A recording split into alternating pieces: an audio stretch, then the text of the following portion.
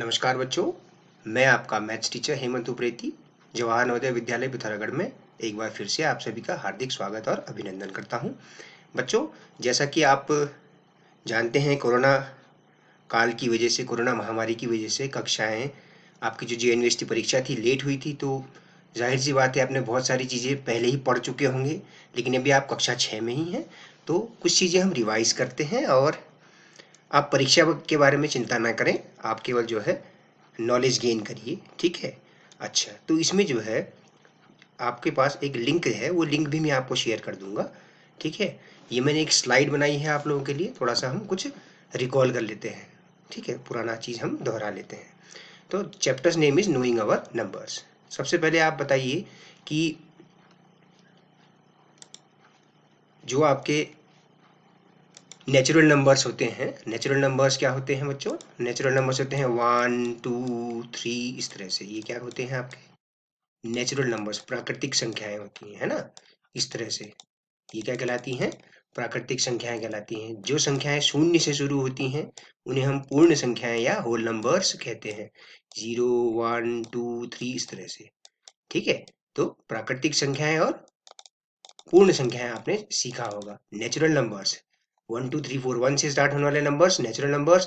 0 से अगर number start हो रहे तो वो होल नंबर्स या पूर्ण संख्याएं होती हैं। तो ये आप अपने कक्षा 5 में भी और कक्षा 6 में भी आपने ये पढ़ा होगा। तो इसमें हम क्या पढ़ेंगे? Knowing our numbers helps us in counting objects in large numbers and representing them through numerals. Numbers की सहायता से, जैसे हम कहते हैं कि भारत की जनसंख्या है, ठीक है, तो हम कहते हैं 1.3 बिलियन कहते हैं, ठीक है। तो बड़े नंबर्स को बताना और काउंटिंग करना और उनको नंबर्स के थ्रू रिप्रेजेंट करना, यही नंबर्स का प्रक्रिया होती है। Numbers help in communicating through suitable number and to count concrete objects. Objects को काउंट करने के काम आता है। They help us to say which collection is bigger and arrange them in order. हम उसको अरेंज कर सकते हैं असेंडिंग ऑर्डर में या डिसेंडिंग ऑर्डर में, ठीक है। असेंडिंग का मतलब क्या होता है? बढ़ता हुआ क्रम, इंक्रीजिंग ऑर्डर, असेंडिंग। और डिक्रीजिंग ऑर्डर को हम कहते हैं डिसेंडिंग ऑर्डर कहते हैं, ठीक है। अच्छा, आइए हम शुरू करें। Indian place value of numerals, Indian place value system. Indian place value system, तो इंडियन प्लेस वैल्यू सिस्टम में जब गणना करते हैं दाएं से बाएं की ओर, जब गणना करते हैं दाएं दाएं से बाईं ओर, राइट टू लेफ्ट, हम काउंट करते हैं। जैसे कि एक नंबर दिया है 995104, अगर इसको हमने इंडियन प्लेस वैल्यू में वर्ड्स में लिखना है, ठीक है, तो उसका जो प्लेस वैल्यू चार्ट होता है, प्लेस वैल्यू टेबल इस तरह का होता है। वंस, टेंस, 100, 1000, 10,000, लाख, 10 लाख, और उसके आगे क्या होता है? 10 लाख के बाद क्रोर्स, है ना, and 10 crore and so on, इस तरह से चलता रहता है ना बच्चों। अच्छा, अगर हम इस नंबर को लिखें, अगर इस नंबर को हम वर्ड्स में लिखें, शब्दों में लिखें, तो कॉमा का प्रयोग हम कैसे करते हैं? वंस, टेंस, 100, ठीक है, 1000, 10,000, इस तरह से कॉमा का प्रयोग करते हैं। क्या होता है? पहले 3 के बाद कॉमा आता है राइट साइड से, फिर इसके बाद 2 2 के बाद कॉमा लगते चले जाते हैं। तो ये क्या कहलाता है? ये वाला जो है वंस का टेबल हो गया, प्लेस वैल्यू हो गई, ये थाउजेंड्स की प्लेस वैल्यू हो गई, और ये लैक्स वाली प्लेस वैल्यू हो गई, है ना। Ones, tens, 100, 1000, 10,000, lakh, 10 lakh. तो प्लेस वैल्यू चार्ट में हम कैसे लिखेंगे इसको? वंस डिजिट में 4 आ गया, टेंस डिजिट में 2 आ गया, 100 डिजिट में 0, 1000 डिजिट में, 1000 प्लेस में 1 है डिजिट, 10,000 प्लेस में 5 डिजिट है, इस तरह से, ठीक है ना। तो ये तो आप जानते ही होंगे। अब इंटरनेशनल प्लेस वैल्यू सिस्टम क्या होती है बच्चों? इंटरनेशनल प्लेस वैल्यू सिस्टम में आपके पास जो कॉमा लगते हैं इस तरह से लगते हैं, वंस, टेंस, 100, ठीक है। इसको कॉमा को ठीक कर लेते हैं बच्चों। कॉमा कहाँ से लगता है? वंस, टेंस, 100, 1000, 10,000, 100,000 हो जाता है। मिलियन, 10 मिलियन, 100 मिलियन, फिर आता है बिलियन, है ना। तो इंटरनेशनल प्लेस वैल्यू सिस्टम में कॉमास का प्लेसिंग कैसे होती है? कॉमास की प्लेसिंग आपकी किस प्रकार से होती है बच्चों? कॉमास की प्लेसिंग आपकी 3 डिजिट्स के बाद होती है। तो ये वाला जो पोर्शन है ये वंस वाला प्लेस टेबल है, और ये जो है प्लेस वैल्यू चार्ट में 1000 वाली पोजीशंस हैं, और ये मिलियंस वाली पोजीशन है, यहाँ पे एक डिजिट नहीं है, है ना। तो वंस, टेंस, 100, 1000, 10,000, लाख, की जगह हम क्या कहते हैं 100,000, लाख की जगह हम क्या कहते हैं, इसको करेक्शन कर लेंगे 100,000। क्या कहा जाता है 100,000। इंडियन में इस जगह पे क्या होता है 1000 होता है ना, 1 लाख होता है। 1 लाख को हम क्या कहते हैं 100,000 कहा जाता है। तो 1 लाख जो है 100,000 के बराबर है। ठीक है, तो प्लेस वैल्यू चार्ट में इस नंबर को लिखें 96743682। तो डिजिट्स हमने फिल कर ली राइट से लेफ्ट की ओर, 1s 10s 100 place value, 1000 10,000 100,000 million और 10 मिलियन प्लेस की हमने डिजिट लिख ली बच्चों। ठीक है ना, तो इस तरह से हम करते हैं, है ना। यहाँ पे आया 100 मिलियन, 10 मिलियन के बाद क्या आता है 100 मिलियन, फिर आता है बिलियन। ठीक है, तो इस तरह से हमने फिल किया। अब इस नंबर को हम पढ़ेंगे कैसे, 96,743,682, 96,743,682, इस तरह से पढ़ा जाएगा। ठीक है, कुछ क्वेश्चंस मैं आपको दूंगा, आप उनको सॉल्व करेंगे। कॉमास की प्लेसिंग आप याद रखिए, इंडियन प्लेस में 1 10 100 के बाद एक कॉमा आया, फिर 1000 10,000 के बाद फिर 3 के बाद फिर 2 के बाद फिर 2 के, इस तरह से। और इंटरनेशनल प्लेस वैल्यू सिस्टम में कॉमा किस तरह से प्लेस होते हैं 3 3 के बाद, राइट हैंड साइड से 3 3 डिजिट्स के बाद प्लेस होते हैं। ठीक है बच्चों, तो इस तरह से आपको एक चीज और आप सीख जान लीजिए कि 1 मिलियन का बराबर मतलब कितना होता है। 1 मिलियन का मतलब होता है 1s 10s 100,000 10,000 100,000 मिलियन। तो 1 मिलियन का मतलब हुआ, इंडियन में जो 10 लाख है वो इंटरनेशनल में क्या है 1 मिलियन है, 1 मिलियन है। ठीक है, ये आप रिलेशन याद रखिए। ठीक है, पहला क्वेश्चन ऐसा ही होता है एक्सरसाइज का, है ना। तो आपने करना क्या है, आप ऐसा कीजिए कि दो इंडियन प्लेस वैल्यू भी लिख लीजिए आप इस तरह से, सारे डिजिट्स 1s 10s 100,000 इस तरह से, है ना। 1s 1s 10s 1000 इस तरह से लिख लीजिए, फिर इंटरनेशनल में लिख लीजिए।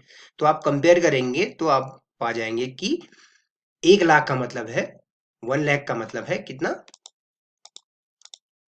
1 लाख का मतलब कितना मिलियन 100,000 हो गया। 1 लाख का मतलब 100,000 हो गया। ओके, ठीक है। 1 मिलियन का मतलब हो गया 10 लाख, 1 मिलियन का मतलब हो गया 10 लाख। ठीक है, 1 मिलियन का मतलब है 10 लाख। ठीक है, अच्छा, ठीक है बच्चों। जब हम नंबर्स को कंपेयर करते हैं बच्चों, है ना, जब हम नंबर्स को हम कंपेयर करते हैं, दो नंबर्स को कंपेयर करते हैं, तो हम कैसे करते हैं। तो जब हम कंपेयर करते हैं तो हम ये फॉलोइंग, ये रूल्स जो हैं हम फॉलो करते हैं। The numbers with less digit is less than the number with more digits. जिसमें जिस नंबर में कम डिजिट्स होंगे, जैसे कि मैंने कहा 27, तो एक नंबर कहा, दूसरा मैंने कहा 129। ठीक है, तो 129 और 27 में कौन सा बड़ा है, जिसमें डिजिट्स ज्यादा है ना। तो 129 बड़ा है, तो number with less digits will be smaller. Suppose we have to compare two numbers having the same number of digits. अगर आप सेम नंबर ऑफ डिजिट्स हो जाए, अगर हम कहें कि सेम नंबर ऑफ डिजिट हो जाए, कि सपोज मैंने कहा 237, ठीक है, एक नंबर लिया, और एक नंबर लिया मैंने 258 या 250 ले लेते हैं, चलिए। ठीक है, फर्स्ट लेफ्ट मोस्ट डिजिट्स को देखिए, तो देखिए ये दोनों तो एक जैसे ही हैं भैया, है ना, 2 2।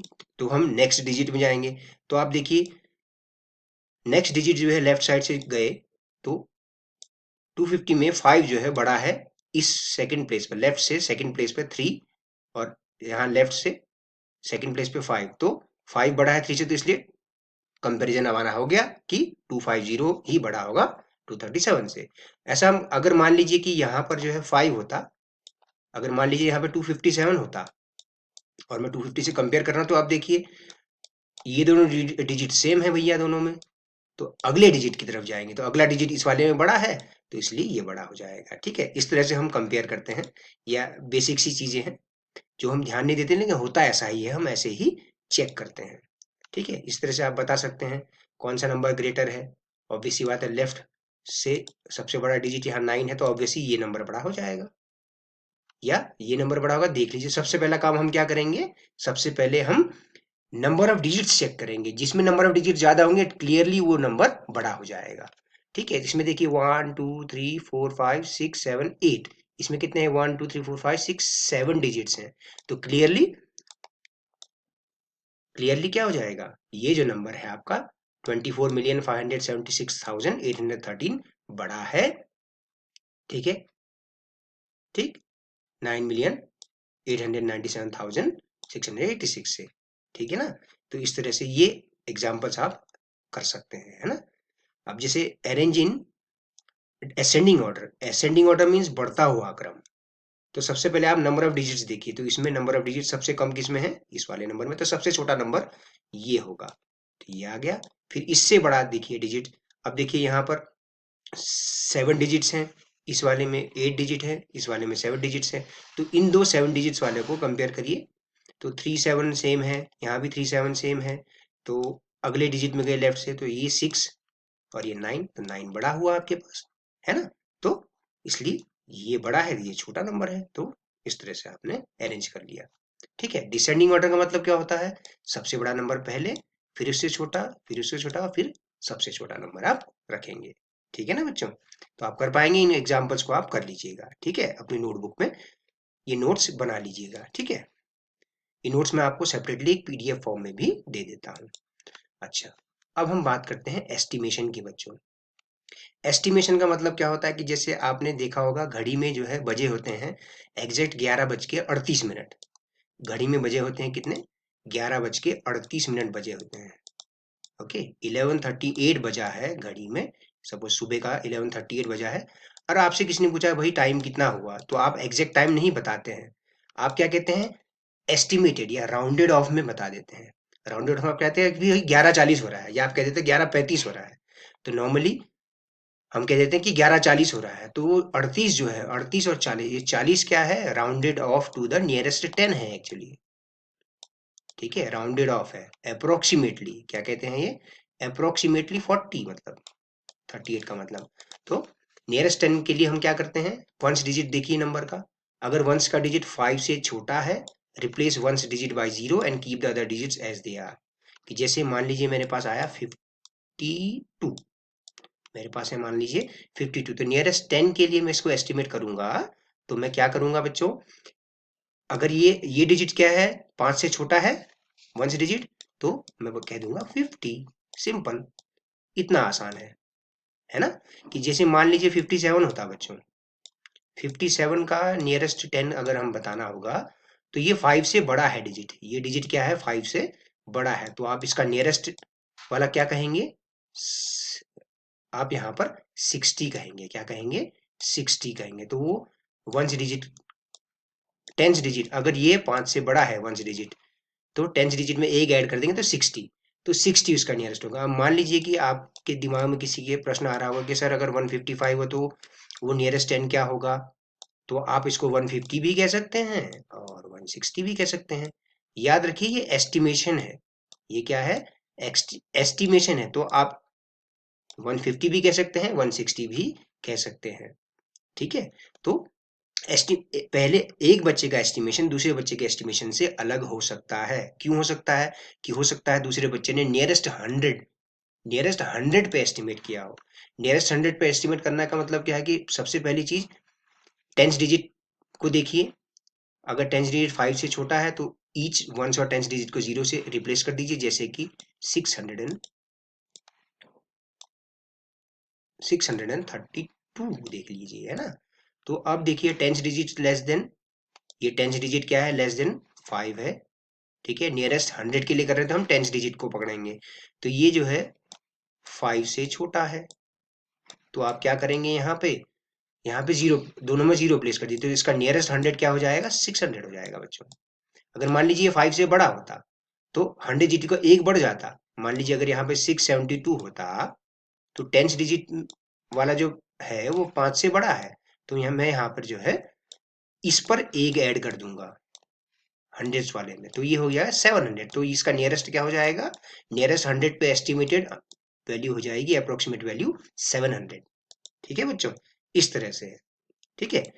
इसी तरह से नियरेस्ट 1000 का हम अगली उसमें डिस्कस करेंगे, है ना। आप ये इतना करिए, ठीक है। इसके अलावा मैं आपको कुछ क्वेश्चन दे रहा हूँ, उन क्वेश्चंस को आप करिए, एक्सरसाइज 1.1 के ये क्वेश्चंस को आप करिए, ये मैं आपको एक पीडीएफ फॉर्म में या